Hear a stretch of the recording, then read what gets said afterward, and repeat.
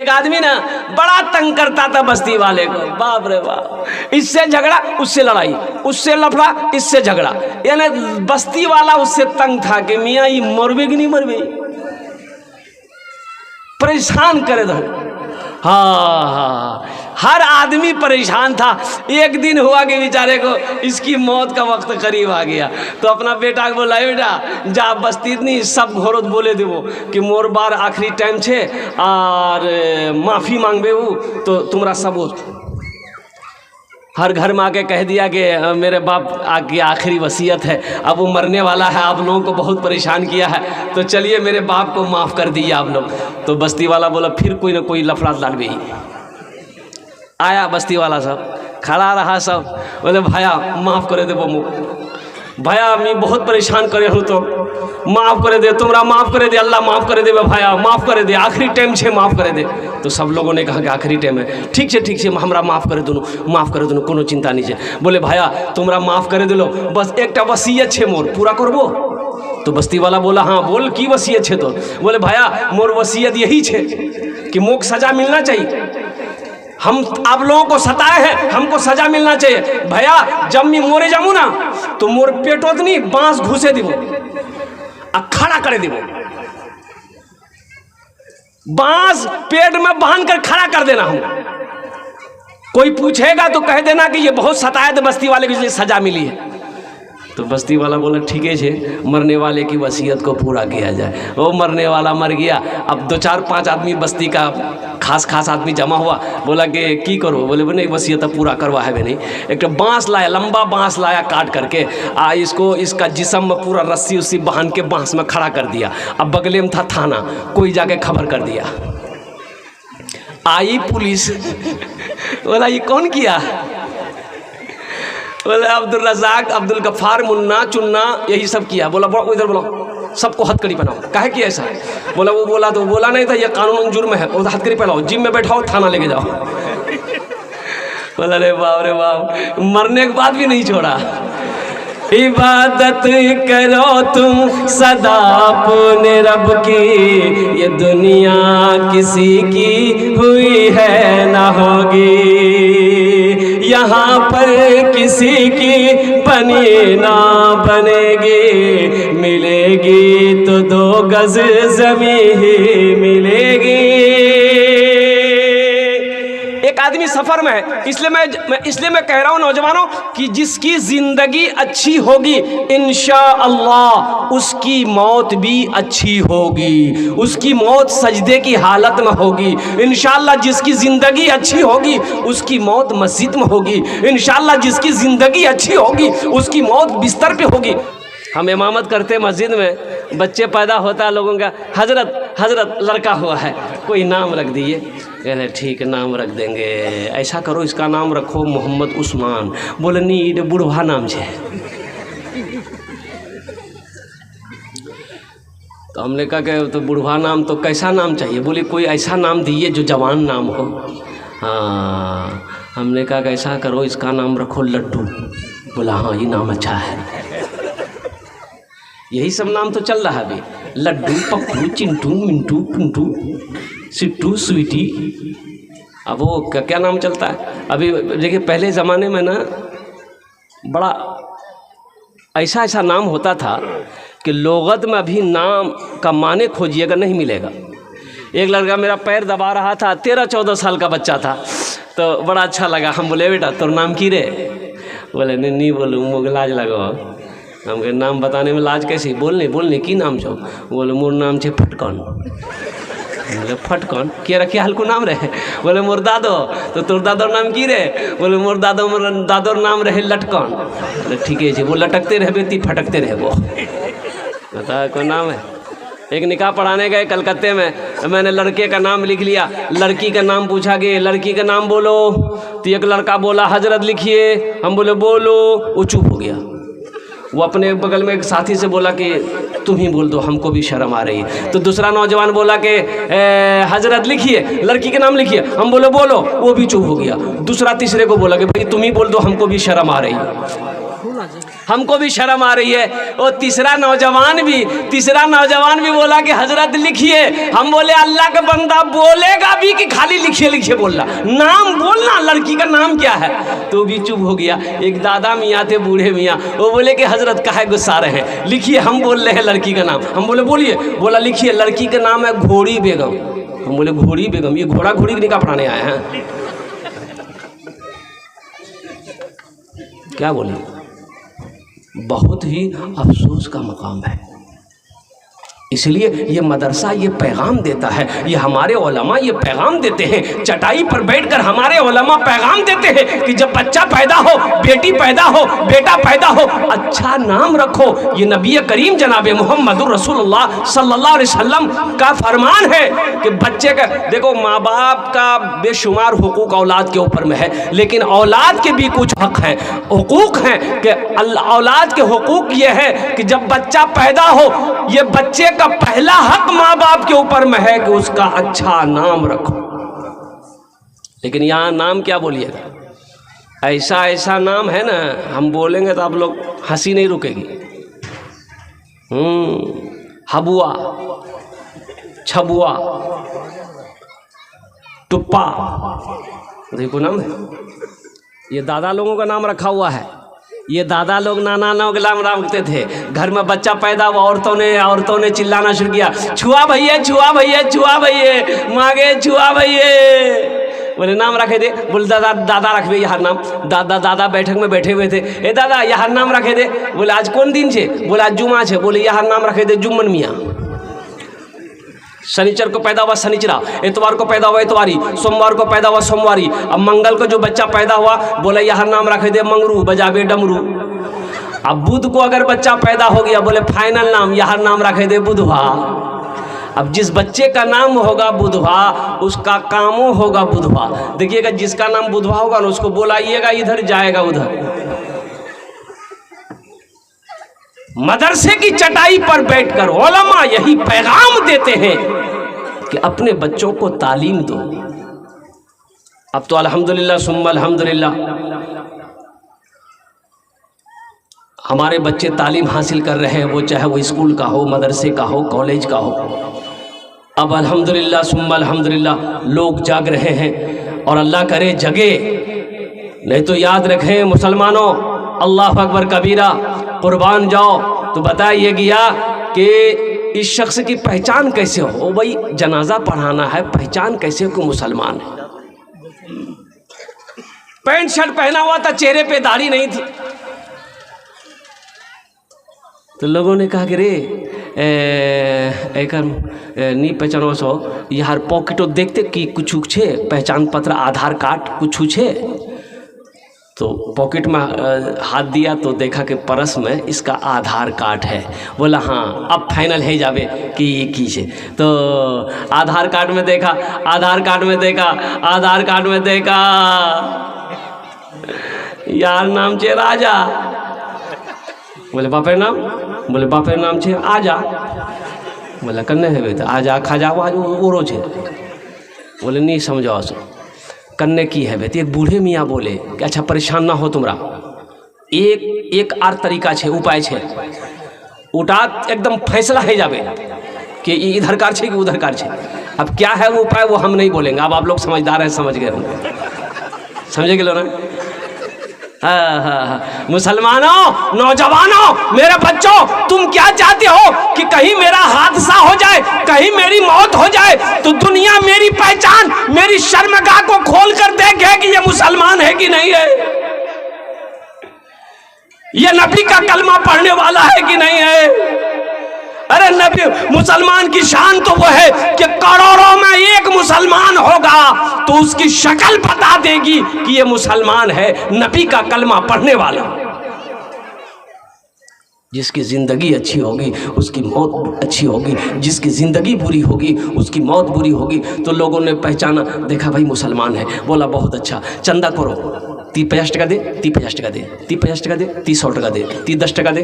चंदा किया, मोहल्ले वाला चंदा किया। एक आदमी गया ठाकुरगंज, वहाँ से कफन खरीद के लाया, खुशबू खरीद के लाया, साबन खरीद के लाया, गुसल दिया। एक आदमी कब्र बनाया, बांस काटा, बांस बत्ती हुई, जनाजे की नमाज पढ़कर दफन कर दिया। ठीक 3 दिन के बाद एक VIP गाड़ी बस्ती के अंदर में घुसती है। लोग जमा हो गए कि भाई किससे मिलना है? तो उन लोगों ने कहा कि भाई एक आदमी को आप लोग 3 दिन पहले दफन किए हैं। बोला हाँ हम लोग दफन किए, लावारिश लाश थी, उसका कोई पहचाने, हम लोग नहीं पहचान पाए, लावारिश लाश थी, मुसलमान था। हम लोग चंदा उंदा करके कफन का इंतजाम करके जनाजा पढ़ के दफन कर दिए। उसमें से 2-3 नौजवान रोने लगा ज़ारो कतार। तो बस्ती वालों ने पूछा कि उस मरने वाले से आप लोगों का क्या रिश्ता, क्या ताल्लुक था? तो उन नौजवानों ने कहा कि जिसको आपने दफन किया वो कोई और नहीं, मेरा बाप था। कुर्बान जाओ, जिसको आप लोगों ने चंदे का पैसा से कफन दिया है वो कोई आम आदमी नहीं है। मेरी फैक्ट्री दिल्ली में है, मेरी फैक्ट्री कोलकाता में है, 1000 बीघा जमीन का मालिक है, उद्योगपति था, करोड़पति अरबपति आदमी था। और कुर्बान जाओ, तो उस एक अल्लाह वाले थे, एक आलिम दीन थे, उन्होंने कहा कि आहा अफसोस है, कैसी मौत मरा कि अपने पैसे का कफन तक नसीब नहीं हुआ। कैसी मौत मरा कि अपने पैसे का कफन तक नसीब नहीं हुआ। इसलिए नौजवानों, जिसकी जिंदगी अच्छी होगी उसकी मौत अच्छी होगी, जिसकी ज़िंदगी बुरी होगी उसकी मौत बुरी होगी। इसलिए अपनी ज़िंदगी को अच्छी बनाओ, और अपनी अच्छी ज़िंदगी को अच्छी बनाने के लिए जो सबसे पहला अमल है, और वो अमल है नमाज। बहुत सारे नौजवान हैं सिर्फ जुमे की नमाज़ पढ़ते हो, सिर्फ जुमे की नमाज़ पढ़ते हो, उसका नाम है जुम्मन मियाँ। एक बात याद रखो, नमाज की 6 क्वालिटी है। क्या क्वालिटी है? अब बोलूँ ना, असली कितना हुआ? असली, नकली, फसली, 8 का, खाट का, 360 का, এটা नमाजिर क्वालिटी है। हाँ, असली, नकली, फसली, 8 का, खाट का, 360 का।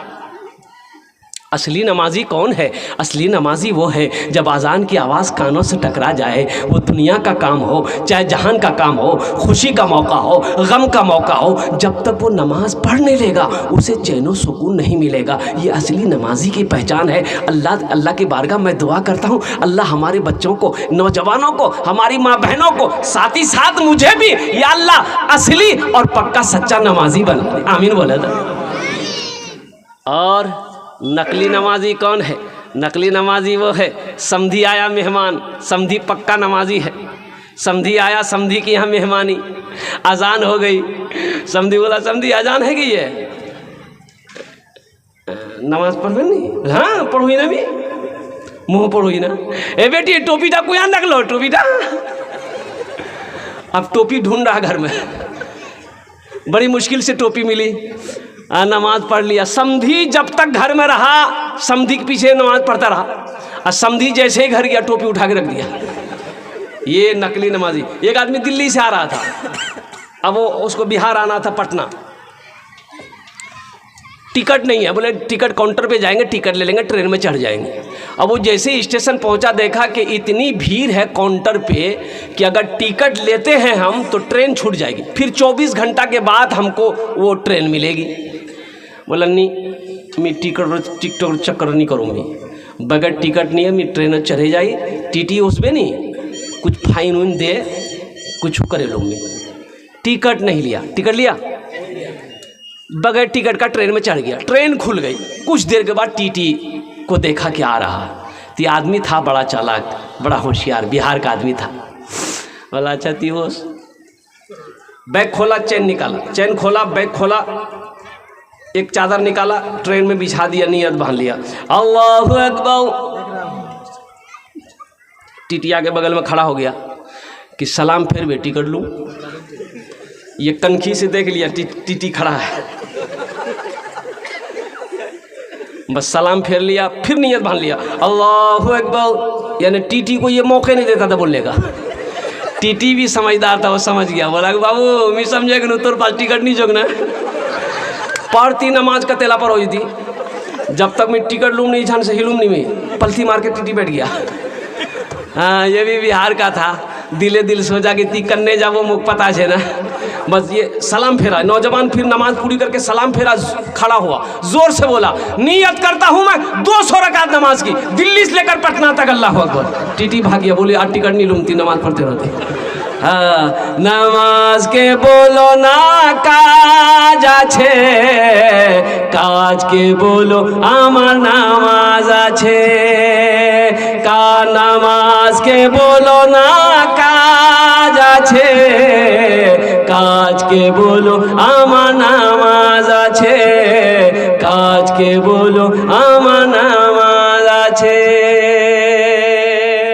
इसलिए नौजवानों, आखिरत के लिए सबसे बेहतर जो अमल है वो अमल है नमाज। तो इसलिए नौजवानों, नमाज कुछ मांगती नहीं है, नमाज कुछ मांगती नहीं है, नमाज तो देना चाहती है, नमाज तो नवाजना चाहती है। नमाज पढ़ोगे अल्लाह चेहरे पे नूर पैदा फरमा देगा, नमाज पढ़ोगे अल्लाह रोज़ी में बरकत देगा, नमाज पढ़ोगे अल्लाह खेत में बरकत देगा, नमाज पढ़ोगे अल्लाह तिजारत में बरकत देगा, नमाज पढ़ोगे अल्लाह सुबह फजर की नमाज पढ़ लो, अल्लाह ताला शाम तक तेरी हिफाजत फरमाएगा।